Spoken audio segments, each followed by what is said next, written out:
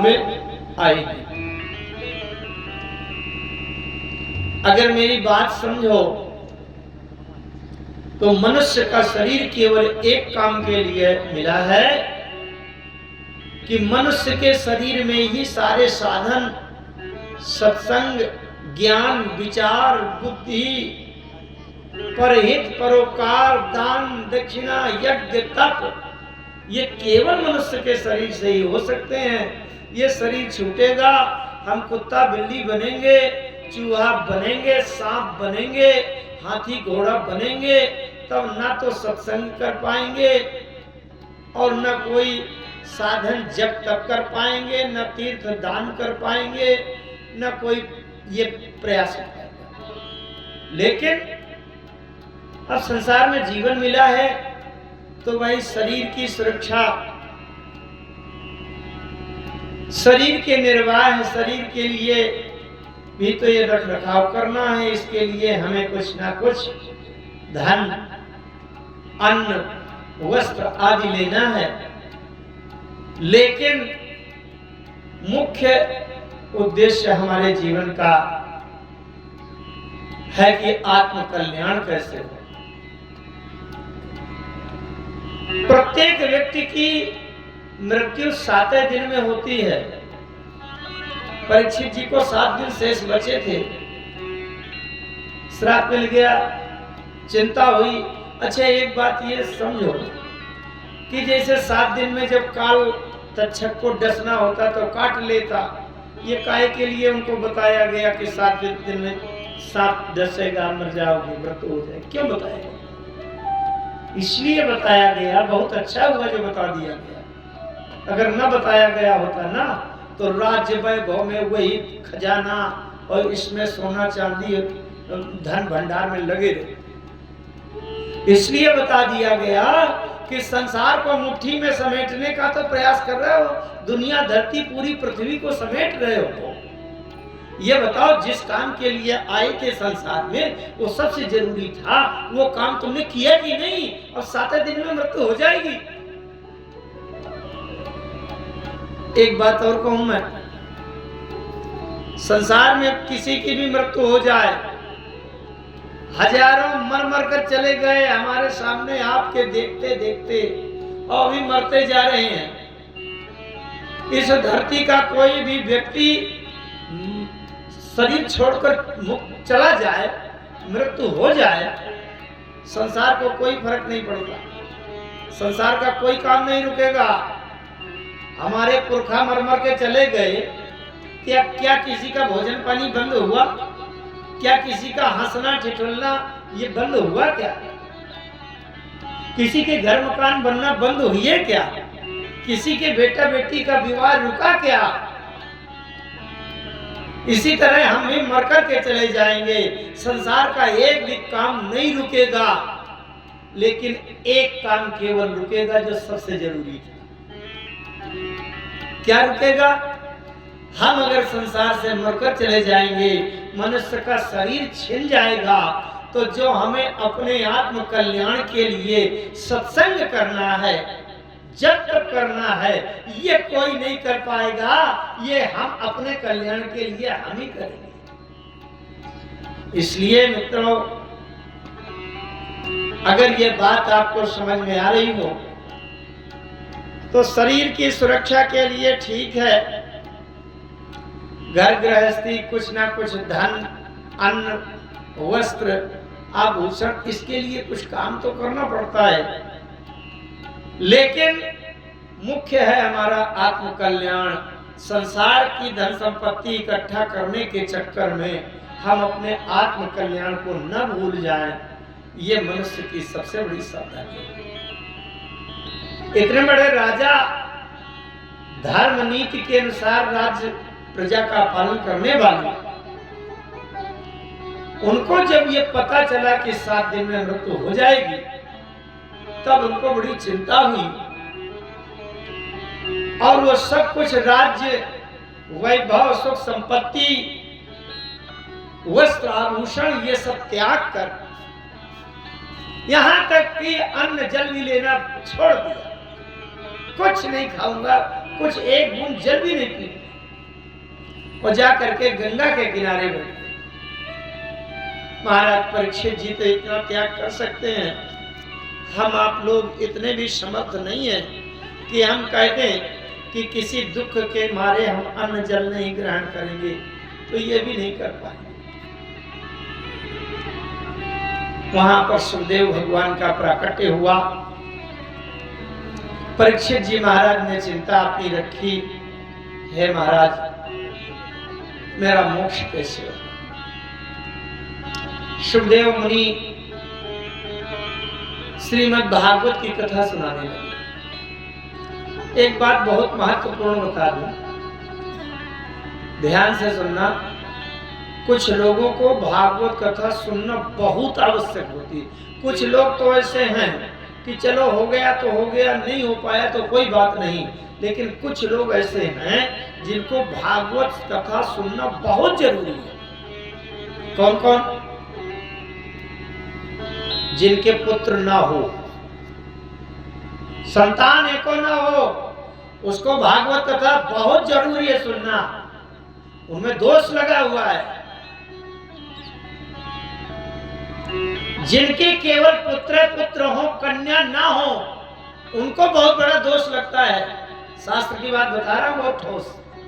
उनको भागवत कथा अवश्य सुनना चाहिए।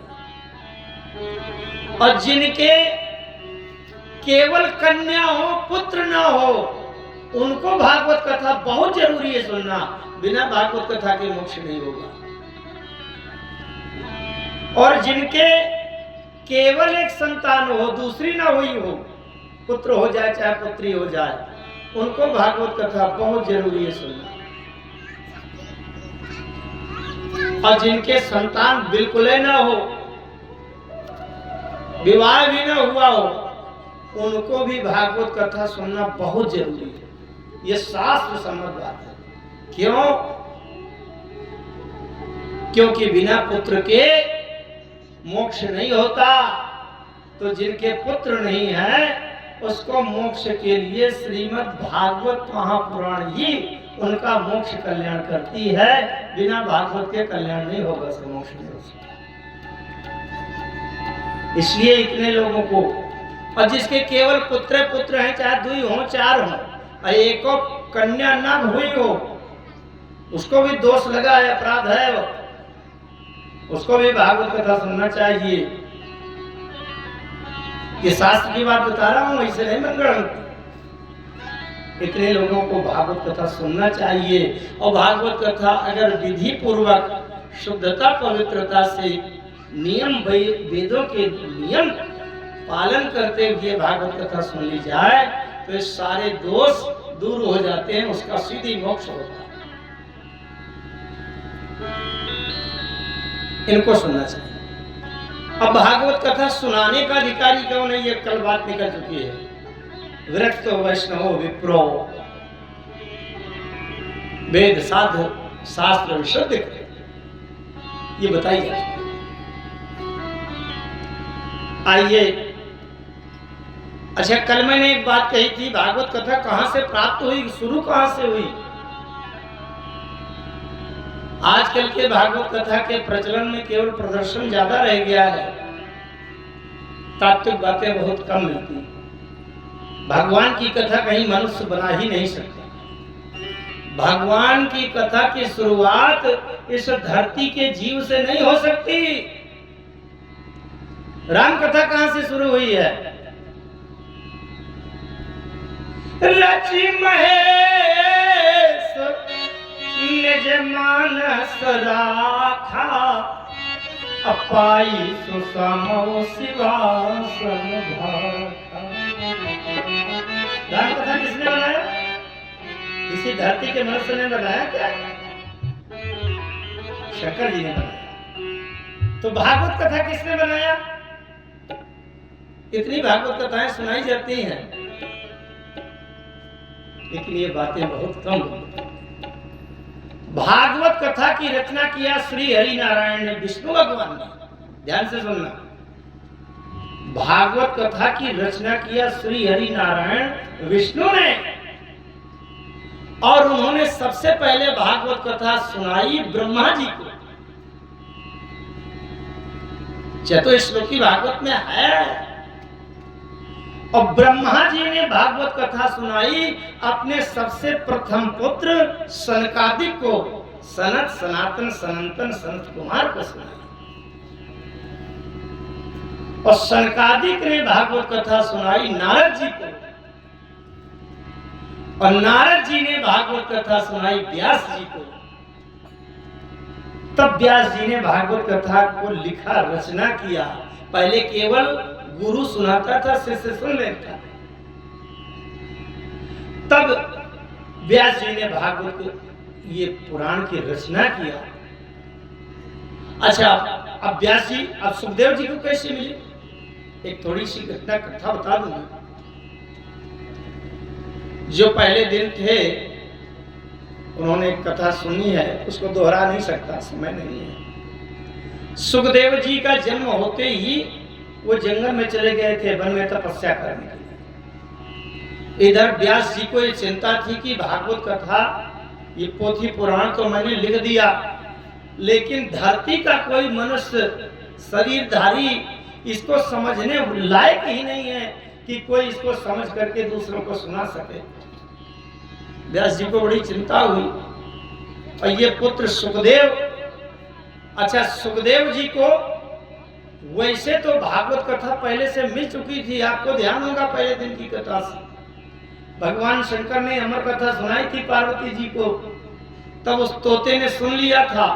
वही तोता सुखदेव के रूप में यहाँ संसार में जन्म लेते हैं। सुख माने होता है तोता, वही सुखदेव है। निगम कल्पतरोर गलितम फलम सुख मुखाद्रव अमृत संयुतम। अच्छा, एक बात और आपके मन में आती होगी, 18 पुराण है। स्कंद पुराण है, विष्णु पुराण है, अग्नि पुराण है, देवी पुराण है, मार्कंडेय पुराण है, ब्रह्म पुराण है, ब्रह्मांड पुराण है, ब्रह्म वैवर्त पुराण, 18 पुराण है, गरुड़ पुराण है। उन 18 में पुराण तिलकम है भागवत। क्यों? इसलिए कि जैसे किसी पेड़ में फल लगे हैं और ये बिना चखे आप कैसे आपको पता चलेगा कि सबसे मीठा कौन है? अब बिना मुंह में लगाए पहले से जान लो कि सबसे मीठा कौन है। क्योंकि हम लोग गांव के हैं, पहले जब बचपना था आम के पेड़ों के नीचे जाते थे और जिसको तोता ने काट दिया हो उसको उठाते थे, कहते थे ये मीठा होगा मीठा होगा। अपने गांव की भाषा में बाणा कटैली कहते थे उसे। बाणा कटैली लिया, बहुत मीठ हुई। जिसको तोता चोंच मार देता है वो फल हमेशा मीठा होता है।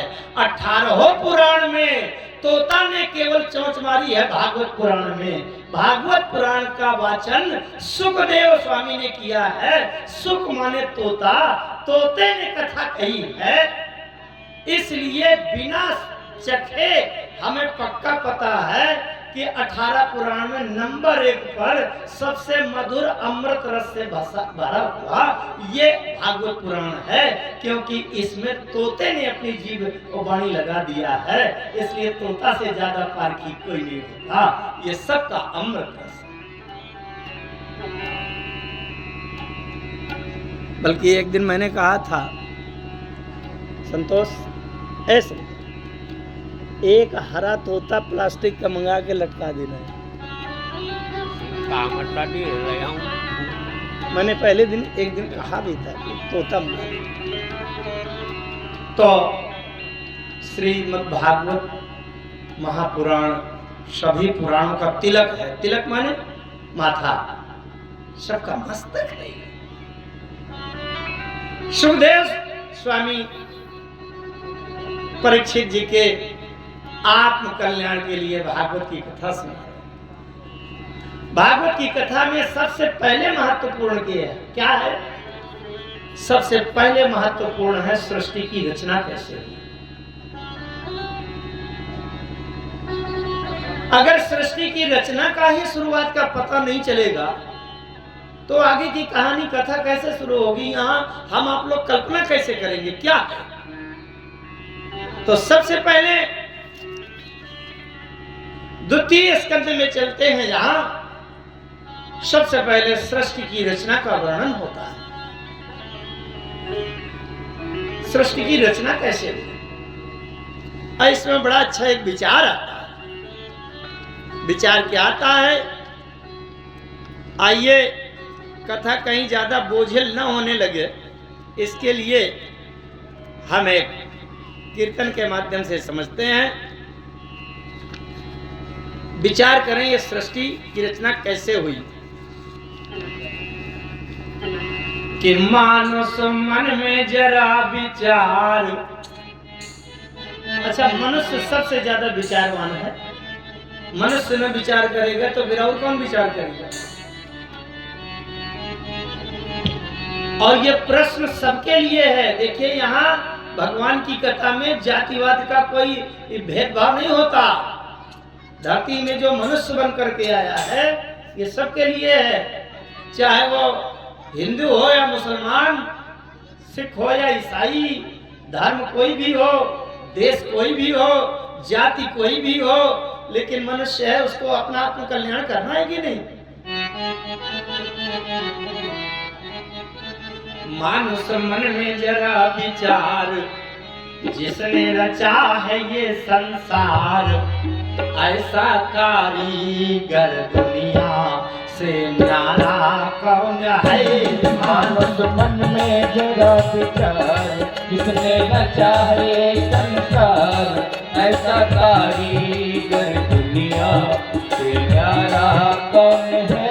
पृथ्वी सूर्य तेज भंडार, चांद तारों का विस्तार, इनको चलने का करता इशारा कौन है? ओ पृथ्वी सूर्य तेज भंडार, चांद तारों का विस्तार, इनको चलने का करता इशारा कौन है? मानुष मन में जरा विचार, जिसने रचा ये संसार, ऐसा कारीगर दुनिया से न्यारा कौन है? मानुष मन में जरा विचार, जिसने रचा है ये संसार, ऐसा कारीगर दुनिया से न्यारा कौन है?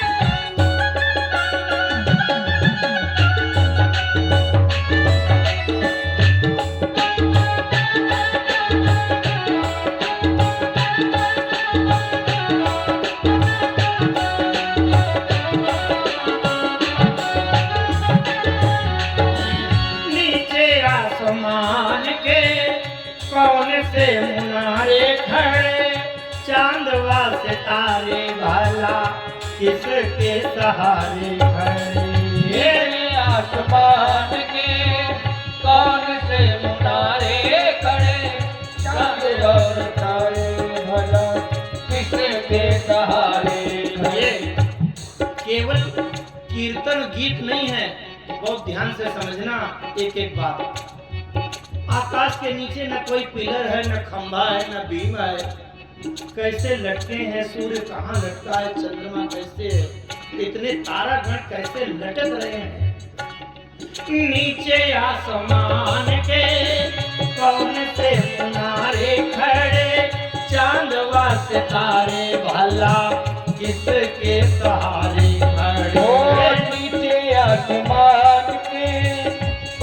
से मुनारे खड़े चांद व सितारे भला किसके सहारे खड़े।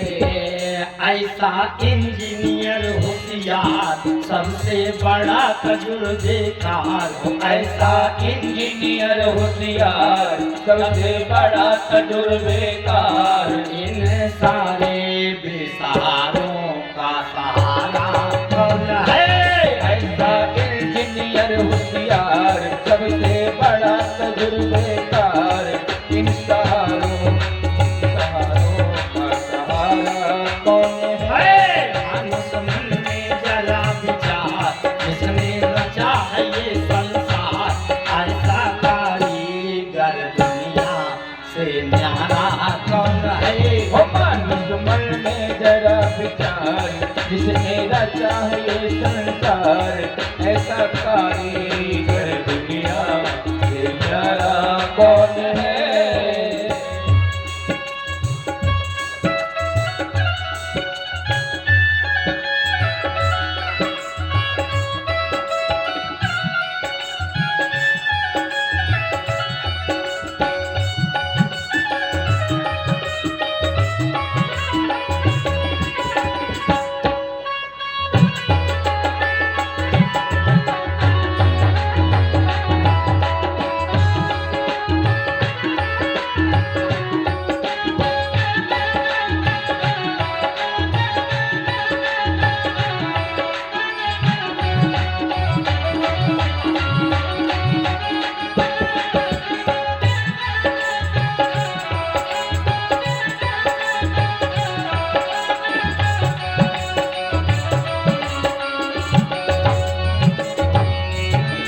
योनि ये 84 लाख किसने बनाई भला।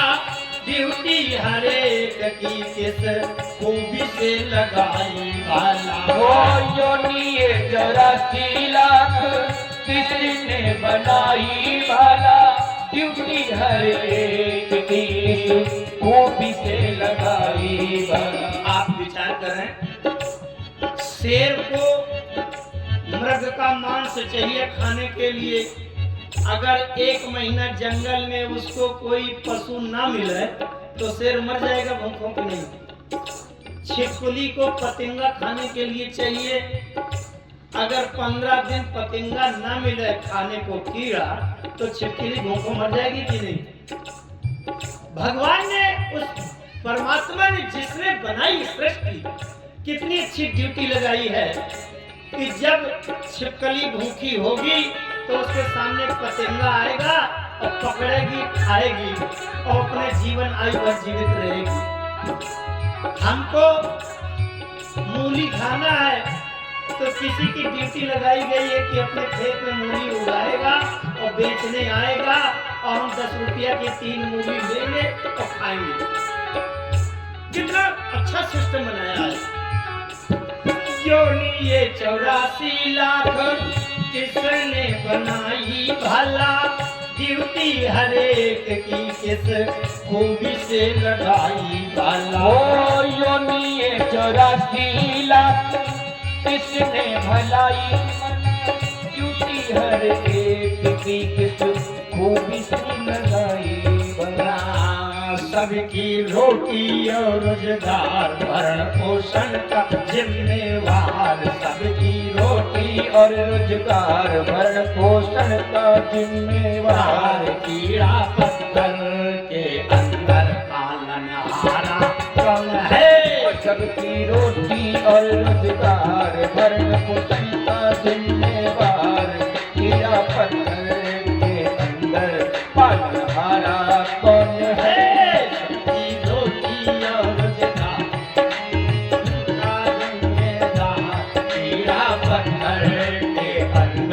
पालनहारा कौन है। मानुष मन में जरा विचार उसने रचा है ये संसार। ऐसा कारीगर दुनिया। एक इस गीत के इस पंक्ति का सबसे बड़ा उदाहरण यहीं पर है। मैं कहीं भी जाता हूँ दूसरे प्रदेशों में और जब ये गीत गाता हूँ तो मैं कहता हूं कि हमारे गांव में इसका प्रमाण है और गांव में कहीं नहीं इसी जगह पर प्रमाण है। मैं आपको बताऊं, इस पंक्ति में आया कीड़ा पत्थर के अंदर पालनहारा कौन है। ये जो कुआं बना है यहाँ, अब तो कुआं का समय खत्म हो गया, लेकिन ये जो कुआं बना है हमारे पूर्वजों ने बताया था, जब ये कुआं खोदा जाना था तो ग्राम मसूरी के बड़े विद्वान पंडित थे लल्लू राम पंडित जी, उन्होंने आकर के यहाँ का भूमि शोधन किया था और उन्होंने ये बताया था कि इस जगह पानी निकलेगा। उस समय कुआं खोदने के बाद पानी भी नहीं निकलता था। उन्होंने कहा यहाँ पानी निकलेगा और इसका ये प्रमाण मैं बताए दे रहा हूँ। जब 16 हाथ की गहराई तक कुआं खोद दोगे तो उसमें एक इतनी से आले की तरह जगह मिलेगी और इतना बड़ा कैथा के बराबर एक अंडा मिलेगा और उसमें जीव मिलेगा और वो जीवित मिलेगा। मसूरी के पंडित जी ने बताया था इसी कुआं के लिए। और जब इस कुएं की खुदाई हुई थी, 16 हाथ से नीचे गहरा खोदा गया था, तब वो जगह ऐसी बनी बनाई मिली थी और उसमें कैथा के बराबर बड़ा एक अंडा मिला और उसको जब मजदूरों ने निकाला तो उसमें जीवित एक कीड़ा मिला था। 16 हाथ की गहराई माने 25 फुट नीचे कोई जीव जीवित कैसे है, सबसे बड़ा आश्चर्य इस बात का यही प्रमाण है। इसीलिए सबकी रोटी और रोजगार भरण पोषण का जिम्मेदार कीड़ा पत्थर के अंदर पालन हारा कौन है। वो सबकी रोटी और रोजगार भरण पोषण का जिम्मेवार कीड़ा पत्थर के अंदर पालनहारा कौन है। मानस मन में जरा विचार, जिसने रचा है ये संसार, ऐसा कारीगर दुनिया से न्यारा कौन है। वो मानुष मन में जरा विचार, जिसने रचा है ये संसार, ऐसा कारीगर दुनिया से न्यारा कौन है।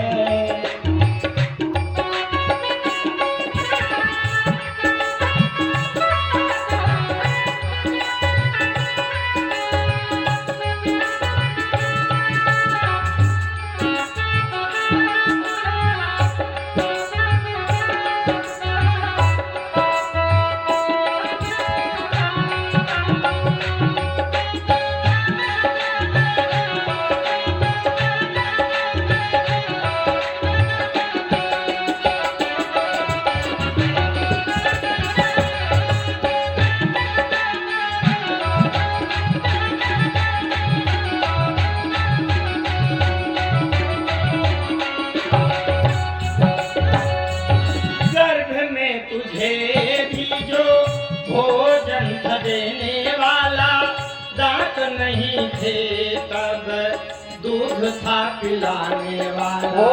गर्भ में तुझे भी जो भोजन देने वाला दांत नहीं थे तब दूध पिलाने वाला। अच्छा आप विचार करें, जब छोटा सा बच्चा होता है और कुछ नहीं खाता, उसे केवल दूध पीना ही एकमात्र उसका आहार है। किसी के पास गाय नहीं है, भैंस नहीं है, या गाय उचक गई लात मार दिया और उसको दूध है पीना है, दूध के अलावा कुछ करता नहीं। अरे 2 महीने का बच्चा वो क्या पिए। दूध वाला हड़ताल कर दिया, उसने दूध नहीं लाया, दूध लाया तो बिल्ली पी गई, दूध फट गया। अब बताओ क्या होगा। किसी के पास दूध खरीदने के लिए पैसा नहीं है, क्या होगा। इसलिए कितनी अच्छी बात किसी ने कही है, जब दांतन थे तब दूध दियो, अब दांत दिए तो अन्न भी नहीं है। जल में थल में पशु पक्षिन में सबकी सुधि ले तब तेरी भूलई है। जान को तेज अजान को तेज जहान को तेज वो तो को भी दई है। और रे मन मूर्ख सोच करे क्यों, सोच करे कछो हाथ न आई है। गर्भ में तुझे भी जो भोजन था देने वाला, दांत नहीं थे तब दूध था पिलाने वाला। कर्म में तुझे भी भोजन था देने वाला, दांत नहीं थे तब दूध था पिलाने वाला। एक बार एक किसी गर्भवती महिला को देखकर संसार की क्रिया से अनजान एक किसी तपस्वी वन में रहने वाले साधु को अचानक दिखाई पड़ा। उसने पूछा उस महिला से, देवी से, कि आपके सीने में तो बहुत बड़ा फोड़ा हो गया लगता है। उसने कहा, नहीं महाराज, ये फोड़ा नहीं है। बोले फिर क्या है? बोले मेरे गर्भ में एक बच्चा है, उसके लिए दूध यहाँ भरा हुआ है। किसके लिए? बोले जिसका अभी जन्म भी नहीं हुआ, उसके लिए पहले से व्यवस्था है। वो जंगल में रहने वाला साधु निहाल हो गया, जो कुछ था वली झोली फेंक दिया। आए है वो परमात्मा जब जन्म लेने से पहले दूध की, भोजन की, पोषण की व्यवस्था किए पड़ा है, तो अब हमें अपनी चिंता क्यों करनी चाहिए? महामूर्ख है जो अपनी चिंता में डूबे। गर्भ में तुझे भी जो भोजन देने वाला, दांत नहीं थे तब दूध था पिलाने वाला। गर्भ में तुझे भी जो भोजन देने वाला, दांत नहीं थे तब दूध था पिलाने वाला। हाँ, तेरे लिए भय भंडार जन्म से पहले ही तैयार। तेरे लिए भरे भंडार जन्म से पहले ही तैयार। तेरे लिए भरे भंडार जन्म से पहले ही तैयार। ऐसा सच्चा हमदर्दा वा प्यारा कौन है? तेरे लिए भरे भंडार जन्म से पहले ही तैयार। ऐसा सच्चा हमदर्दा प्यारा कौन है? मानस मन में जरा विचार रचा ये संसार। ऐसा कारीगर दुनिया से न्यारा कौन है? मानस मन में जरा विचार, जिसने रचा है संसार। ऐसा न्यारा कौन है? मानस मन में जरा विचार।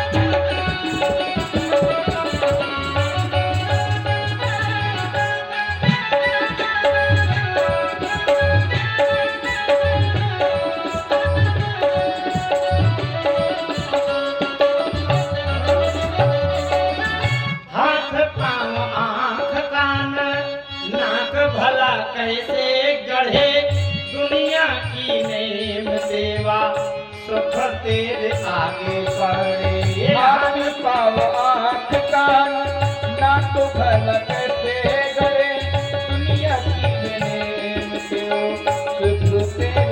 आगे। ये केवल के गीत नहीं है, बहुत गहरा विचार है। हमारे शरीर में हाथ पांव कितने सुंदर दिए, आंख नाक कान कैसा बढ़िया फिट किया, व्यवस्थित किया। विचार करें आप, अगर ये आंख हमारे मुंह के नीचे यहाँ लगा देता लगाने वाला, तो जब हम भोजन करते तो आंख में चावल का दाना गिरता, आंख में घुस जाता, गड़बड़ होता कि नहीं है? अगर ये नाक कहीं पैर के नीचे पैरों में लगा देते पंजे में, तो जब हम सांस लेते तो धूल घुस जाती, उसमें किन्हें घुस जाती। अगर ये कान कहीं पीठ में लगा देते तो जब लेटते थे तो कान दब जाता, पिछड़ जाता। कितना सिस्टम बढ़िया बनाया है, किसी भी क्रिया में कोई एक दूसरे में व्यवधान अड़चन नहीं हो रहा। बनाने वाले ने क्या बनाया कि आंख कान नाक पाँव हाथ भला कैसे गढ़े, दुनिया की नेम देवा सुख तेरे आगे पड़े। हाथ पाँव आँख कान नाक भला कैसे गढ़े, दुनिया की नेम देवो सुख तेरे आगे। संसार में जितने अच्छे अच्छे पदार्थ हैं, मेवा है, फल है, रबड़ी मलाई है, वो सब हमारे लिए ही तो बनाया है। और कौन खाता है? अब वो महा दुर्बुद्धि वाला है जो इतने मेवा मिष्ठान रबड़ी मलाई हलवा बादाम काजू छोड़कर आज जब जीव हत्या करके दूसरे का सड़ा गला मांस खाए, अब उसके बराबर वो क्या कहा जाए बुद्धि को।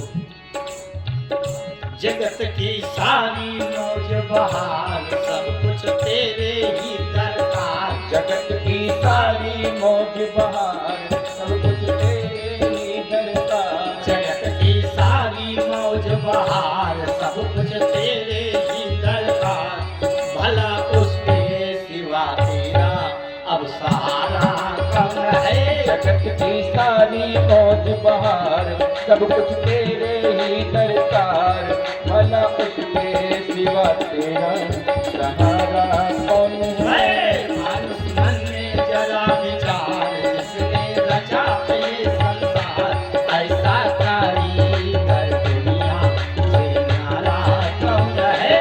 मानुष मन में जरा विचार, जिसने रचा है ये संसार, ऐसा कारीगर दुनिया कौन है।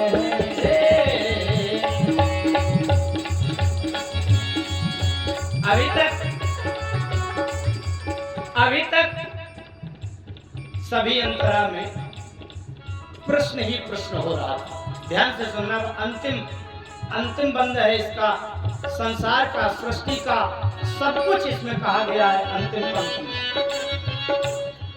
अभी तक केवल प्रश्न हो रहा था, वो कारीगर कौन है जिसने सृष्टि की रचना किया है। और यह प्रश्न सभी के लिए है, हिंदू हो या मुसलमान, सिख हो या ईसाई, सबके लिए प्रश्न है कि संसार की रचना करने वाला कौन है, किसने बना दिया। बेवफा अब तो उसे परवरदिगार कह दे, न था सिंह राम कृष्ण चाहे करतार कह दे। बेवफा अब तो उसे परवरदिगार कह दे,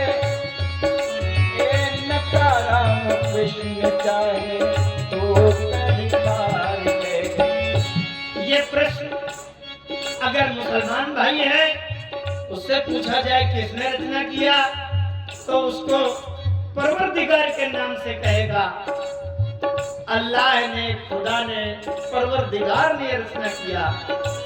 हिंदू से पूछा जाए तो कहेगा राम जी ने सृष्टि बनाई, कृष्ण भगवान ने बनाई। नथा सिंह एक हरियाणा के कवि हैं, उन्होंने बनाया था नथा सिंह। और अगर किसी सरदार से पूछा जाए तो कहेगा करतार की रचना है ये। बेवफा अब तो उसे बेवफा कहते हैं जिस हम हिंदी में नमक हराम कहते हैं। बेवफा अब तो उसे परवरदिगार कहते, न था सिंह राम कृष्ण चाहे करतार ओ कहते। बेवफा अब तो उसे परवरदिगार कहते, न था सिंह राम कृष्ण चाहे करतार ध्यान से सुनना, कहते। अंतिम बात है, ध्यान से सुनना। किसी भी नाम से उसे पुकार, किसी भी नाम से उसे पुकार, अगर तू चूक गया इस बार, अगर तू चूक गया इस बार, किसी भी नाम से उसे पुकार, अगर तू चूक गया इस बार, तो तेरे जैसे कर्मों का मारा कौन है। किसी भी नाम से उसे पुकार, अगर तू चूक गया इस बार, तो तेरे जैसा कर्मों हमारा कौन है। मानस मन में जरा विचार, जिसने रचा है ये संसार, ऐसा कारीगर दुनिया से न्यारा कौन है।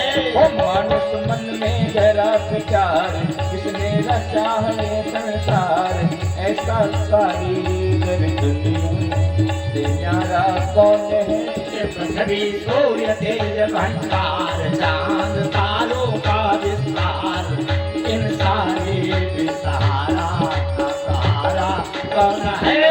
पृथ्वी सूर्य तेज भंडार, चांद तारों का विस्तार, इन सारे विस्तारों का सहारा कौन है। मानस मन में जरा विचार, जिसने रचा है संसार, ऐसा कारीगर दुनिया न्यारा कौन है।